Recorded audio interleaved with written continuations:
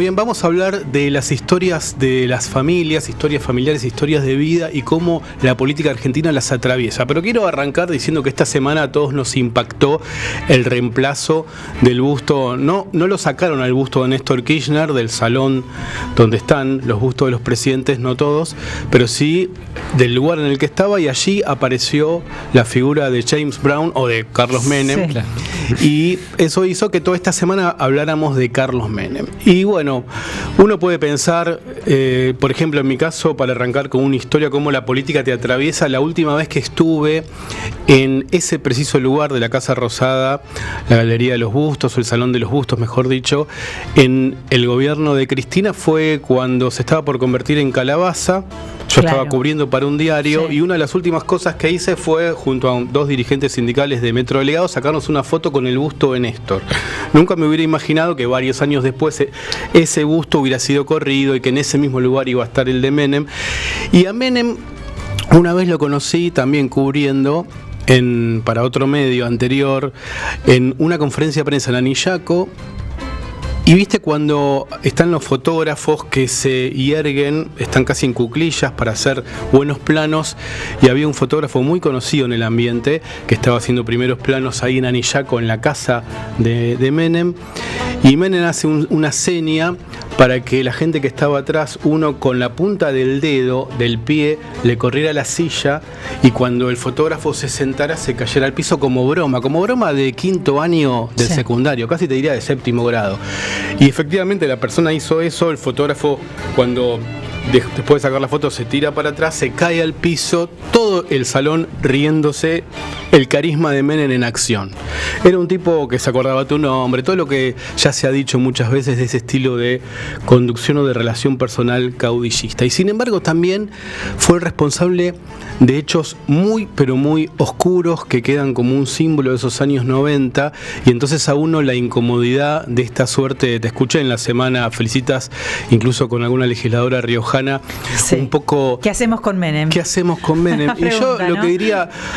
No sé qué hacemos nosotros, vamos a recordar historias atravesadas por el menemismo, y hoy justamente vamos a hablar de eso, empezando con un audio que va a sonar así. Cuando tenía 10 años mi papá compró una Sony 8 milímetros para guardar los recuerdos familiares, dijo. Eran los 90 en Río Tercero. Había un hospital, 5 clubes, 7 escuelas, una plaza principal con su iglesia, un tanque de agua, una fábrica militar y 2 plantas químicas. Esto que escuchamos es parte de una película estremecedora, la palabra la venía pensando, y una película que es difícil no terminar llorando después de verla, pero además está hecha con una sensibilidad y con una capacidad de sintetizar justamente este cruce de las historias familiares y la vida de la Argentina, de la historia de la Argentina, increíble. Se llama Esquirlas. La dirigió Natalia Garayalde, la voz que escuchamos es la voz de ella, que habla en primera persona, con una voz en off, que de alguna manera lo que hace es contar una historia, que es la historia de los Garayalde, su padre médico, su madre profesora de historia y sus 3 hermanos más ella.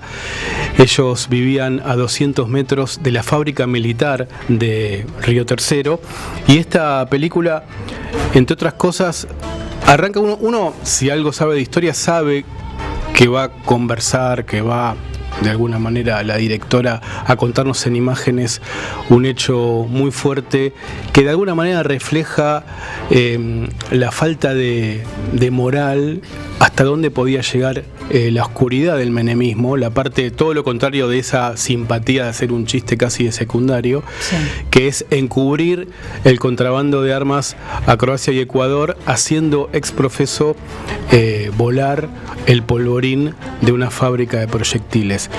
Este documental está en Cinear, se consigue también, o lo pueden acceder a su visualización en YouTube.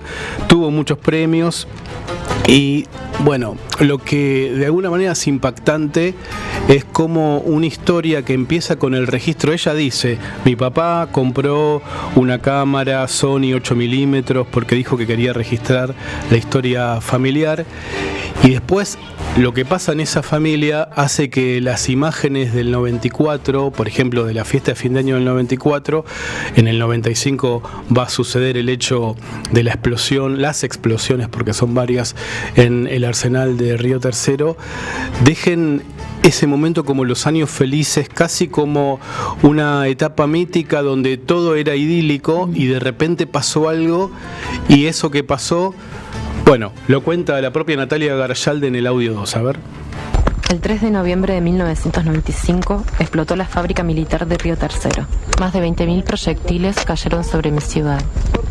Mi hermano y yo estábamos en la escuela. Alguien nos llevó hacia las afueras. Al costado de la ruta solo podía mirar el hongo. Me acuerdo que hacía mucho calor. En la radio nombraban a los muertos. Evidentemente las explosiones van a continuar. Una periodista decía que si una bomba caía sobre un tanque químico, el desastre podía ser mayor. Carolina estaba estudiando en Córdoba y viajó a Río Tercero para buscarnos. Cuando llegó, nosotros ya no estábamos ahí. Como no la encontraban, escribí su nombre en mi cuaderno para mantenerla viva.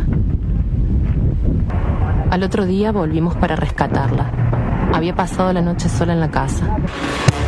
Carolina, la hermana mayor de Natalia Garayalde, la directora de Esquirlas, estudió odontología, y lo que cuenta ahí, en ese momento, el momento de las explosiones, ella no vivía en Río Tercero, estaba en la ciudad de Córdoba estudiando justamente en la universidad, y cuando se entera de lo que ocurrió a las 8:55 de la mañana de aquel día 3 de noviembre de 1995, ella vuelve, no encuentra a su familia porque la casa quedaba a 200 metros de la fábrica y estaba semidestruida y se habían ido todos.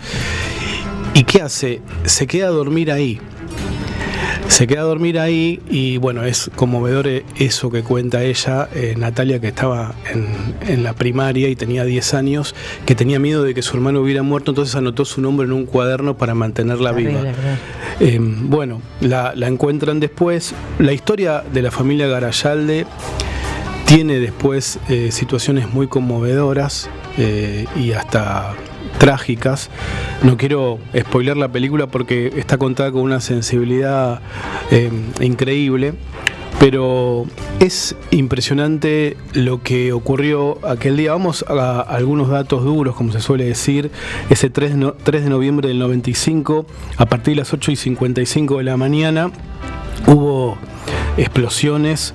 Después la justicia, de un largo recorrido, llegó a la conclusión de lo que se había hecho era un estrago doloso intencional para ocultar las pruebas del contrabando de armas. Pero a partir de esas explosiones, y como la fábrica militar de Río Tercero, de fabricaciones militares, estaba a 300 metros de la zona urbana, hubo barrios muy afectados. El barrio así llamado en Río Tercero Escuela, el barrio Las Violetas, el barrio Libertador, el barrio Serino, la casa de los Garayalde, que son los protagonistas de la historia Esquirlas, era una de las más cercanas a la fábrica. Hubo 7 muertos: Romina Torres, Laura Muñoz, Aldo Aguirre, Leonardo Solienfeld, Joder Dalmazo, Elena Rivas de Quiroga y José Varela, 300 heridos. Y lo que ocurrió rápidamente es que el entonces presidente Menem, junto con el gobernador también de la provincia de Córdoba de aquel momento, Ramón Mestre, radical, enseguida se presentaron en el lugar, recorrieron en helicóptero, hicieron una conferencia de prensa. Esto me hizo acordar a otro hecho terrible del menemismo que fueron atentados. En aquel momento, los atentados a la AMIA centralmente y antes a la Embajada de Israel, donde enseguida, con la visita incluso en aquel momento de un funcionario del gobierno israelí, se dijo qué es lo que había ocurrido, o se intentó convencer a los medios qué es lo que había ocurrido. En este caso particular, intentando instalar rápidamente una lectura de los sucesos y que los medios fueran atrás. Lo que hizo Menem y lo que hizo el gobernador Mestre es decir, esto fue un lamentable accidente, y machacar con esto, ¿no? Justamente que tenían que los medios en cadena repetir lo que estaban diciendo ellos, que esto había sido un accidente, y sin embargo después la justicia descubrió que no había sido un accidente, y un amigo de la familia Garayalde que trabajaba en fábricas militares fue uno de los que contó cómo se simulaba el contrabando de armas, cómo con una masilla plástica se tapaban de los proyectiles todas las inscripciones grabadas que tenían el escudo de la Argentina y la inscripción Ejército Argentino, para después eso subirlos a camiones, después de camiones a containers para el transporte marítimo, y así se decía que esos containers iban a Venezuela y Panamá, y no iban a Venezuela y Panamá, iban para Ecuador y para Croacia. Es, si se quiere, un hecho representativo de la falta de límites y de escrúpulos que tuvo aquel presidente, al que sin embargo la sociedad premió con una reelección, porque le garantizó la estabilidad después del final tan tumultuoso del gobierno de Alfonsín. Yo les quiero recomendar que busquen Esquirlas. Es una historia muy impactante, porque una simple camarita 8 milímetros que se convirtió en un registro inicialmente de la vida, porque una vez que uno se reencuentra con imágenes de archivo de la familia y ves a personas que ya no están jóvenes, es como esculpir en el tiempo, diría un filósofo del cine, y es muy conmovedor. Pero al mismo tiempo hay algunos recursos, como por ejemplo que una fiesta familiar de fin de año que termina con los petardos tradicionales de las 12 de la noche y con el ritual familiar al lado del río Tercero, que quedaba la casa de los Garayalde, y el padre intentando hacer inflar con gas y hacer que todos vieran como un globo aerostático de tela, esos que se utilizan en los barrios, iba con los sueños de esta familia al cielo, y se escuchan los ruidos, y después de un plano negro, un fundido a negro bastante largo, lo que sigue es gente corriendo en la calle, perros corriendo a una velocidad, totalmente exaltados por lo que acaba de ocurrir, escombros por todos lados y bombas que están en las esquinas, que están adentro de las propiedades, los techos todos destruidos, las tejas voladas, y todo eso ocurrió mientras Natalia Garayalde estaba en su escuela primaria General Sabio. La verdad que me pareció un buen resumen descarnado y sensible de esos años 90, que ahora, a partir de la exaltación desde el Estado que busca hacer Milei de la figura de Menem, parecen haber pasado por nosotros, por nuestras vidas, de manera, no sé, absolutamente sin haber dejado rastro, ¿no? Inocente, o quizás con algún recuerdo de la posibilidad de ahorrar y de viajar. Algunos tuvieron la posibilidad, y algunas de viajar, o del llamado voto cuota que permitió la reelección de Menem. Y sin embargo, para muchas familias, como las que mencioné recién, hubo una esquirla, muchas esquirlas que les dañaron sus vidas. Vos sabés que en Río Tercero estaba la fábrica militar y dos también industrias químicas, así que ahí había una combinación de estas sustancias que voy a mencionar: trotil, hexolita, cloro, glifosato, amoníaco, fósforo, fosgeno, 2,4-D y ácido nítrico. Todo eso al lado de una ciudad muy numerosa, o bastante numerosa, como es Río Tercero, una ciudad media, si se quiere, de la provincia de Córdoba. Y en la historia también aparece el tema de las enfermedades, porque no terminó todo ahí con las explosiones de aquel día, sino que se incubaron enfermedades en muchas familias, y especialmente cáncer. Y una cosa muy compleja y muy impactante es que el padre médico de esta familia adelantó lo que iba a pasar incluso con los suyos.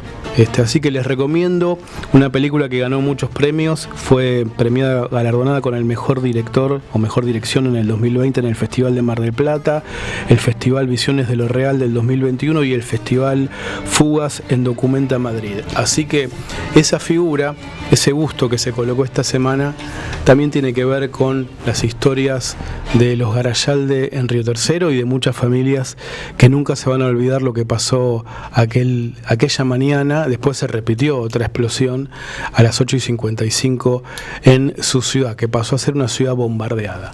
Martín, gracias, y recordemos, porque acá te preguntan dónde. YouTube, dijiste. Está en YouTube y está en Cinear. Es una película que tuvo el auspicio del Instituto Nacional de Cine y del Fondo Nacional de las Artes, así que si la desinversión en la cultura de Milei se mantiene en el tiempo, este tipo de películas y de memoria audiovisual no van a estar nunca más. Gracias, Martín. Te escuchamos hoy, con Vayan a Laburar, por supuesto. Ahí está, sí, a la 1 de la mañana. Dale, tanda.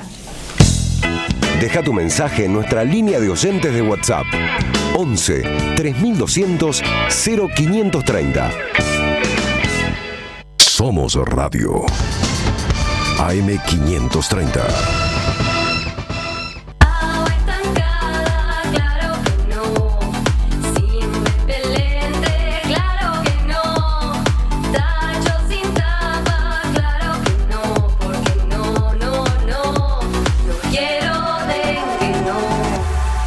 Gobierno de la Provincia de Buenos Aires.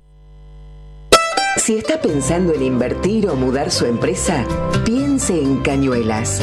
A solo 64 kilómetros de Buenos Aires, somos un municipio que cuenta con una conectividad inmejorable, atravesado por la autopista 6 a Cañuelas, la ruta provincial 6 y las rutas nacionales 3 y 205. El Parque Industrial Cañuelas es uno de los más modernos y con mejores servicios de la provincia. Y en el municipio ofrecemos una atención personalizada y acompañamiento permanente a quienes nos eligen para invertir. Cañuelas, tierra de oportunidades. Tronador, agua mineral, botellones y dispensers para el hogar y la oficina. Hacé tu pedido al 4201-2627 o mandanos un mail a info@aguatronador.com.ar. Tronador, agua de mesa envasada. 12 de octubre 632 en Avellaneda. Somos Telam, los trabajadores de Telam. Lanzamos el portal somostelam.com.ar para asegurar que la ciudadanía pueda informarse de primera mano sobre nuestro conflicto, demostrando cómo realizamos nuestra tarea con profesionalismo e idoneidad. Por esto, defendemos Telam con lo mejor que sabemos hacer: trabajar. AM 530. AM 530. Que la radio es comunicación, es imaginación, es educación. No hay nada que eduque más que una radio, no hay nada más que te haga imaginar cosas que una radio. Cuando uno es chiquito y escucha por primera vez la radio, te imaginas cualquier cosa, es impresionante. Te armás un teatro. AM 530, la radio de las madres de Plaza de Mayo. Tu mediodía es mejor con Bonavita en la 530.